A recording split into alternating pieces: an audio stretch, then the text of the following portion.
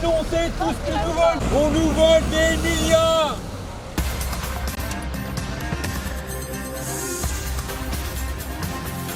« 100 € par mois, on ne peut pas vivre.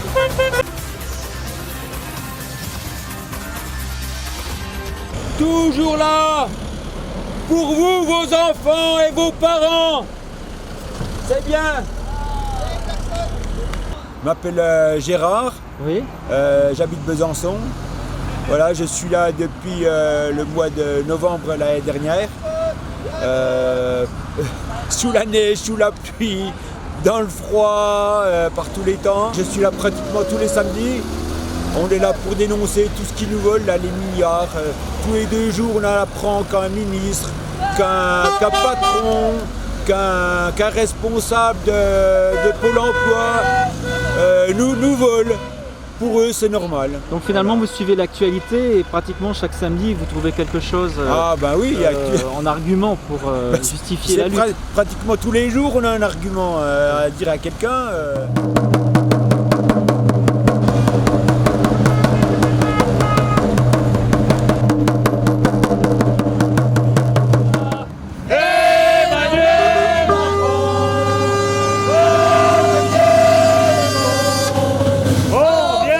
Chercher chez toi, Emmanuel Macron, oh tête de con, on vient te chercher chez toi, on est là, même si Macron ne veut pas nous, on est là, pour défendre les salariés, pour défendre les retraités, pour défendre les gilets jaunes, on est là. Macron nous fait la guerre, et ça, police aussi, mais on reste des terres pour bloquer le pays. Police nationale, milice du capital. Police nationale, milice du capital. Beaucoup d'inégalités sociales en France. Faut pas oublier qu'il y a quand même 9 millions de pauvres, de gens qui vivent sous le seuil de pauvreté en France. Et donc je pense que ce mouvement est légitime et donc les gens s'expriment dans les ronds-points puisque c'est un lieu de rassemblement qui a été, on va dire, retenu par ce mouvement populaire. Partage des richesses, partage du temps de travail, ou alors ça va péter, ça va péter.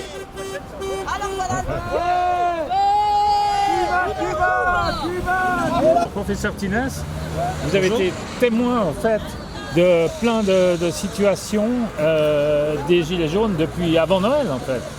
Oui, puisque moi je suis allé sur les premiers ronds-points à partir du 24 novembre, donc le 2e samedi en fait de mobilisation, puisque j'habite à Besançon.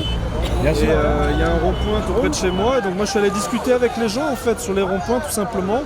Et je me suis rendu compte que les gens qui étaient là, c'était des gens qui se battaient pour un mieux vivre en France, et que c'était des gens qui avaient une pensée politique qui était assez élaborée en fait, contrairement à tout ce que les médias pouvaient dire depuis le début du mouvement, disant que les gens étaient des illettrés, des gens qui ne savaient pas ce qu'ils voulaient. Et en fait, en discutant avec les gens, on voyait très bien que les gens ils savaient très bien ce qu'ils voulaient, c'est-à-dire un meilleur partage des richesses, puisqu'on a vu, il y a eu aussi un mouvement aussi pour une meilleure justice fiscale, puisque le mouvement est parti de la crise de la hausse des tarifs de l'essence. Mais bon, ça a été juste un détonateur en fait, quelque chose qui a fait une goutte d'eau qui a fait déborder un vase, un trop-plein qui existait depuis plusieurs années en France. Et puis les gens se sont rendus compte que leurs revendications elles étaient multiples aussi, parce que c'était de la justice fiscale, de la justice sociale, de la justice écologique. Les Gilets jaunes sont des gens qui se battent pour l'écologie en France, et la vraie écologie, pas celle qu'on ne défend pas au niveau de notre assemblée, quoi. Voilà. Ce qui est impressionnant, c'est une certaine convergence des luttes. C'est-à-dire en fait, on a l'impression que jusque-là, il y avait peut-être des syndicats, peut-être des partis, mais la convergence a été possible grâce au fait que les Gilets jaunes se sont mis ensemble. Et oui, c'est ça qui fait un peu la force de ce mouvement. C'est pour ça que je pense que ce mouvement ne va pas s'arrêter. On croit que les gens, là, c'est les vacances estivales, donc forcément le mouvement retombe un petit peu. Mais je pense qu'à la rentrée, les choses vont repartir parce que effectivement, il y a une vraie convergence des luttes autour de ces questions-là. Puis c'est des questions qui concernent tous les Français finalement. Les Gilets jaunes ont été des porteurs de parole de ces questions-là. Mais effectivement, on a vu plus agrégé des mouvements écologistes. En France, donc il y a Extinction Rebellion qui participe beaucoup à ces mouvements. Il y a des syndicalistes, il y a des partis aussi qui ont soutenu ce mouvement. Et puis beaucoup de classes sociales en fait se sont agrégées. Moi je suis médecin, moi j'ai vu des chefs d'entreprise qui venaient sur les ronds-points. On a vu des députés, on a vu des gens de tous les milieux en fait, des soignants, des ouvriers, il y a des chômeurs aussi. Mais au final, vous savez pourquoi les manifestations le samedi, c'est que les gens qui manifestent sont des gens qui travaillent, contrairement à ce qu'on peut dire. On dit que les gilets jaunes sont des fainéants, mais les gilets jaunes ne sont pas des fainéants. S'ils manifestent le samedi, c'est bien parce qu'ils ne peuvent pas la semaine et qu'ils travaillent. On m'a dit que les gaz français, les derniers, sont très forts. Hein. Oui, moi j'en ai été victime le 18 mai, où je me suis retrouvée paralysée. Non seulement ça pique les yeux, en plus ça paralyse, ça fait tomber les gens. Ouais, Alors qu'est-ce qu'ils peuvent mettre comme produit chimique pour agir? Je sais pas, j'ai été pris en charge par des strict médics. Heureusement qu'ils étaient là. Il y a un effet traumatisme. On me parle de syndrome de stress post-traumatique. Mais on peut dire que quand on est gazé fortement, pendant plusieurs jours, ça laisse des traces. Oh oui, même encore aujourd'hui. Ça ne fait pas renoncer. Non, au contraire. Au contraire, c'est encore plus motivant de dénoncer l'usage des gaz lacrymogènes en France. Et d'ailleurs, vous avez mis une banderole derrière. Donc, là, ce sont les fameuses armes qui mutilent, donc les grenades, GL4 et les LBD, les fameuses LBD. On a tous été témoins de la sévérité de la répression de ce mouvement. Absolument.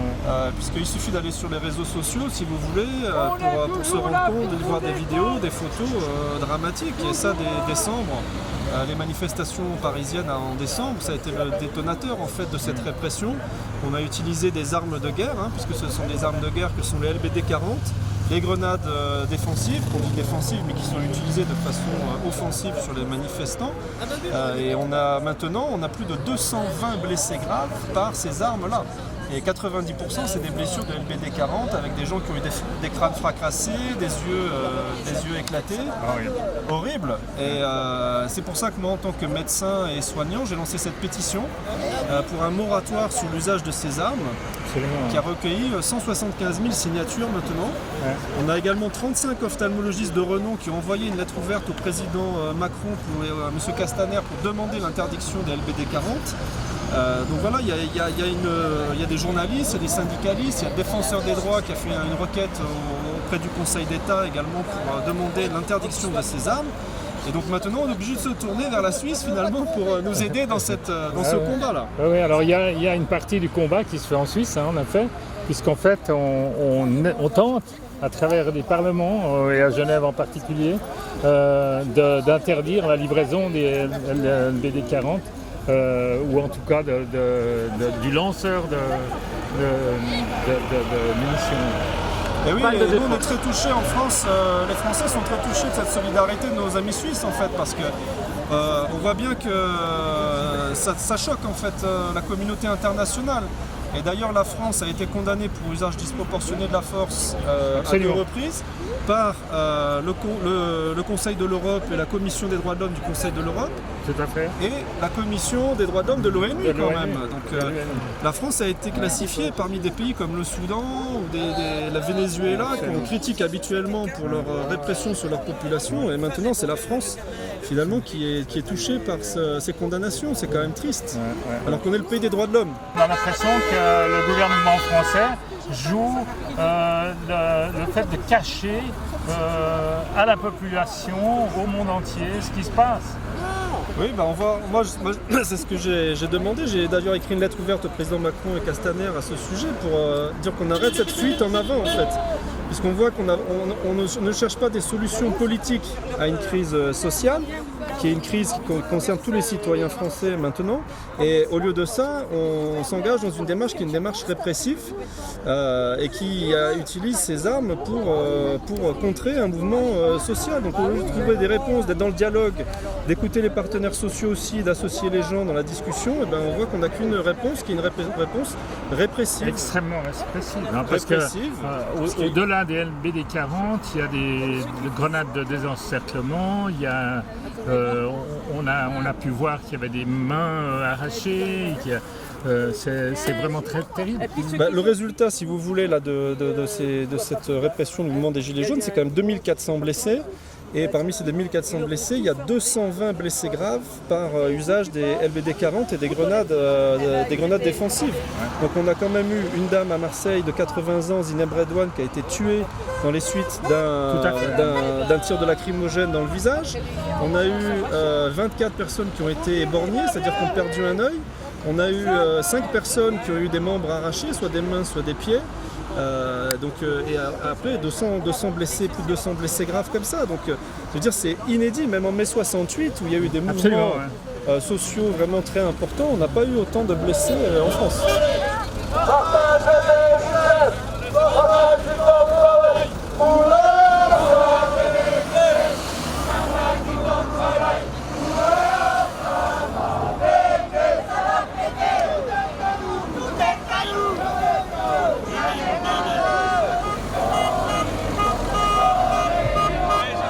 Déni de réalité, mais qui touche les blessés, mais qui touche plein d'autres problèmes actuellement en France. Et là, c'est assez symptomatique en fait de l'état d'esprit de ce qui se passe. C'est-à-dire que tout le monde sait qu'il y a quand même 2400 blessés de ce mouvement. Il y a 220 blessés graves par des armes qui sont des armes de guerre. Et tout le monde a vu sur les réseaux sociaux, les photos, des choses comme ça, les journaux, les reportages télévisés, tous ces blessés. Et on est encore en train de nier la réalité des choses. Et c'est d'ailleurs une des raisons pour lesquelles moi je me suis engagé aussi, c'est-à-dire rendre légitimité à ces blessés, pour dire que ces blessés existent, qu'ils sont des blessures très graves, que au-delà des blessures physiques qu'ont ces gens, ce sont des vies qui sont détruites, parce que quelqu'un qui va perdre un œil, qui est souvent des gens jeunes qui ont été blessés d'une trentaine d'années, qui ont perdu un œil, ces gens-là ont leur vie foutue en l'air, ils ne pourront plus refaire le même travail, ils vont avoir des problèmes psychologiques, problèmes sociaux, des problèmes dans la vie de tous les jours, et c'est des drames humains en fait qui se jouent là. Et on voit effectivement un gouvernement qui continue de nier la réalité des choses, alors que tout le monde sait qu'il y a plus de 200 blessés graves maintenant à cause de ces armes. Et effectivement, on voit aussi qu'on est très inquiet sur l'issue des plaintes qui ont été posées, parce que la grande majorité des gens qui ont été touchés étaient des gens qui étaient pas dans des manifestations agressives, qui étaient des gens pacifistes, qui filmaient ou qui étaient juste au mauvais endroit, au mauvais moment et qui ont été blessés ou ciblés de façon gratuite. Voilà. Et effectivement, on se pose la question de la séparation des pouvoirs, parce qu'on voit que le ministère de l'Intérieur, par la voix de la directrice de l'IGPN, qui est l'institut qui est normalement en charge d'évaluer l'action des policiers, et éventuellement de les sanctionner, vient de se positionner avant même que les enquêtes soient terminées, pour dire que les policiers n'étaient pas responsables et qu'ils ont toujours agi en légitime défense, ce qui est complètement faux. Moi, j'ai toujours défendu le fait que les policiers puissent se défendre s'ils sont une agression physique qui attente à leur vie, de se défendre avec des armes qui ne sont pas létales. Mais on voit bien dans la très grande majorité des cas qu'en fait ces armes sont dévoyées, contrairement à ce qu'a demandé le fabricant des LBD 40. Et d'ailleurs, c'est tellement vrai que la direction de la police nationale a dû à un moment faire une circulaire pour rappeler les règles de bon usage des LBD 40. Donc ils ont eux-mêmes reconnu qu'il y avait un problème d'usage de ces armes et que ces armes étaient dévoyées et au lieu d'être des armes défensives sont devenues des armes offensives.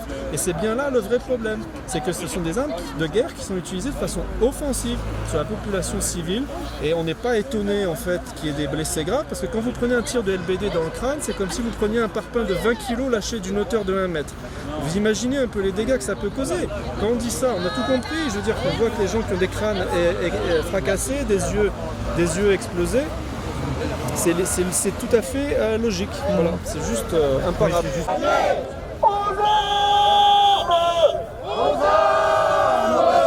Nous sommes les gilets jaunes, les jeunes dans la galère, les vieux dans la misère de cette société-là. On n'en veut pas. Les jeunes dans la galère, les vieux dans la misère de cette société-là. On n'en veut pas. Si jamais simple de prendre la parole dans une situation comme ça, parce qu'on voit bien qu'on essaye de museler tout le monde en France actuellement. Il y a des journalistes qui sont interdits de faire des reportages. Il y a des militants syndicalistes ou autres qui sont arrêtés de façon abusive, donc c'est pas simple. Maintenant, moi ce que j'estime, c'est qu'en tant que médecin, mon devoir, et d'ailleurs le code de déontologie, l'article 2, l'article 12 du code de déontologie médicale demande à ce que les médecins prennent position que lorsqu'il y a une menace pour la santé publique des citoyens. Et donc moi je pense que déjà en termes de déontologie médicale, je suis tout à fait dans ma légitimité de prendre parole sur ces questions.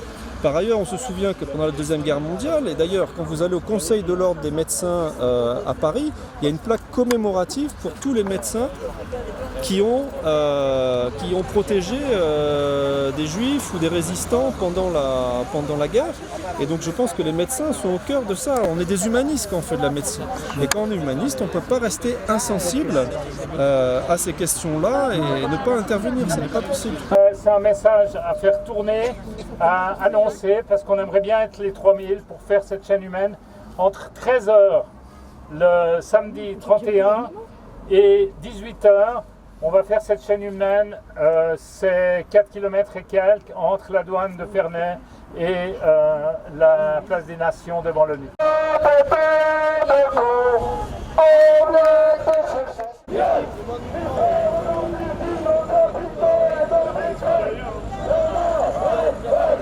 Qui ferme nos usines, nos hôpitaux et nos écoles. Y'en a ras-le-bol de ces guignols. Qui ferme nos usines, nos hôpitaux et nos écoles. Y'en a ras-le-bol de ces guignols. Qui ferme nos usines, nos hôpitaux et nos écoles. Y'en a ras-le-bol de ces guignols. De cette société-là, on n'en veut pas. Qui sème la misère récolte la colère. Qui sème la misère récolte la colère. Emmanuel Macron, on t'était de con, on a touché ses chefs. Et les seules allusions aux blessés, c'est toujours par rapport aux forces de l'ordre, qui payent un tribut, mais qui est quand même net ou moins élevé que ceux des manifestations. Des manifestants, tout simplement pour une bonne raison, c'est que les forces de l'ordre sont protégées. Et ils ne se tirent pas entre eux, en principe.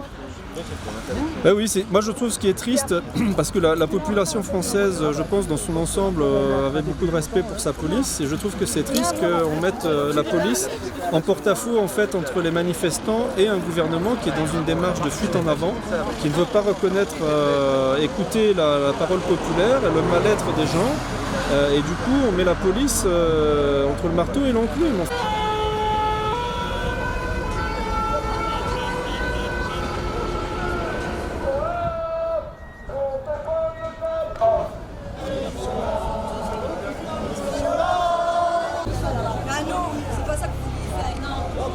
Ils pensent pas à leurs Nous, on parents. manifeste pour nos enfants. Vous pensez pas à vos parents là. Imaginez-vous les anciens, tout ce qu'ils nous ont donné là.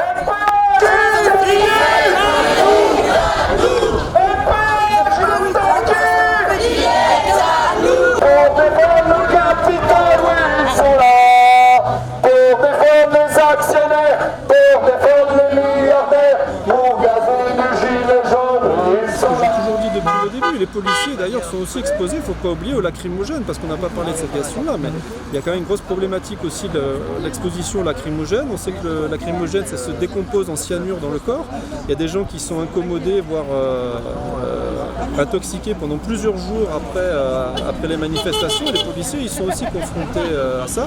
Après, l'autre chose, je ne pense pas que les policiers, dans la grande majorité, sont contents de tirer sur les Français. Et maintenant, les policiers obéissent à des ordres. Donc, je pense qu'il faut aussi aller chercher la responsabilité où elle se trouve, c'est-à-dire au ministère de l'Intérieur, qui donne des consignes de réprimer un mouvement populaire sans discuter avec les gens. Et donc, dans cette démarche-là, il y a forcément ce manque d'empathie, ce manque de reconnaissance, ce déni de la réalité. Après, moi, je ne suis pas dans la psychologie et le cerveau de nos ministres.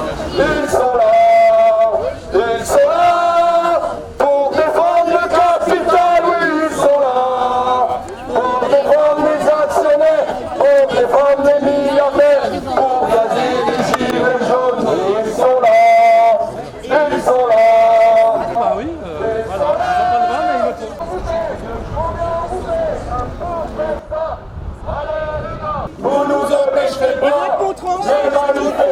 Interdiction des manifestations, donc on met des arrêtés.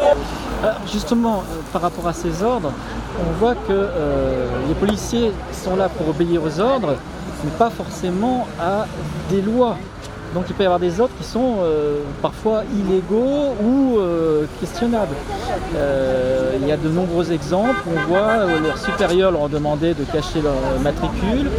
Les policiers qui agissent sur le terrain systématiquement se cachent le visage, comme des opérations antiterroristes. Pourtant, ils devraient agir comme des gardiens de la paix, comme des gens qui sont là pour que les manifestations se passent bien. Alors que là, de par leur comportement et leurs vêtements, on a l'impression qu'ils sont là pour agir en action, en répression, comme si c'était une attaque terroriste. Oui, c'est bien ce que beaucoup de Français reprochent à la gestion du maintien de l'ordre en France actuellement, c'est-à-dire qu'on ne respecte pas le droit. On a donné carte blanche, on va dire, le ministère de l'Intérieur a donné carte blanche aux policiers pour faire un petit peu ce qu'ils voulaient lors des manifestations. Et donc malheureusement, quand on sait bien que quand on donne des autorisations comme ça, il y a des dérives. Et les dérives, c'est effectivement tout ce que vous avez résumé, c'est-à-dire l'absence de port de badge, les personnes qui sont masquées pour ne pas être reconnues sur leurs actions, des gens qui utilisent des armes de guerre de façon complètement illicite en visant la tête des manifestants alors qu'on sait que ça peut être mortel, puisqu'il y a une étude du British Medical Journal qui a montré que dans 18% des cas, on se retrouvait avec des blessures graves, avec handicap à vie, ou qu'on avait 3% de risque de décéder après un tir de LBD par exemple. Donc oui, ça entraîne des dérives graves. Et la question aussi, et pourquoi il y a beaucoup de gens qui ont signé ma pétition, c'est que les gens sont conscients aussi que c'est un problème de démocratie derrière tout ça. C'est-à-dire qu'en ce moment en France, il y a une dérive qui fait que de plus en plus de personnes parlent d'un État totalitaire. Voilà, il y a une dérive autoritaire en France qui existe et qui se traduit en particulier par les actions de la police. Réseau routier et occupation non contrôlée à la destination de la chaussée. Vous ne nous empêcherez pas de manifester.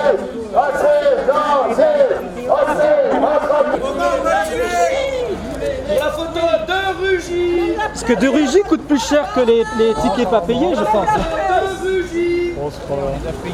Ah, ils sont en mode attaque. Assez matraqués, vous ne nous empêcherez pas de manifester. Assez gazés, Assez matraqués, vous nous empêcherez pas de manifester. Vous nous empêcherez pas de manifester. Assez gazés, assez matraqués, vous nous empêcherez pas de manifester. Assez gazés, assez matraqués. On nous fait la guerre. Et sans police possible. Instant de terre pour bloquer le pays. Justice nulle part, police partout. Justice nulle part, police partout. Donc ça, c'est la carte de ce qui mangent les parlementaires français. Exactement. Voilà. On voit des signatures en bas, qu'est-ce que c'est? Non, c'est le calcul qu'il a fait. Ah, c'est les calculs. Il a vu, J'ai il a compris. mal calculé. Ok. Est-ce que c'est une manifestation représentative?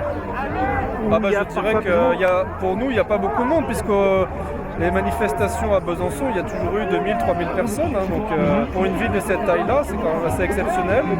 Et là, on voit que malgré les vacances, les gens se sont quand même mobilisés pour défendre leur cause. Voilà. Quand il n'y a qu'un seul langage, grève, blocage et sabotage. Sans péter, sans péter.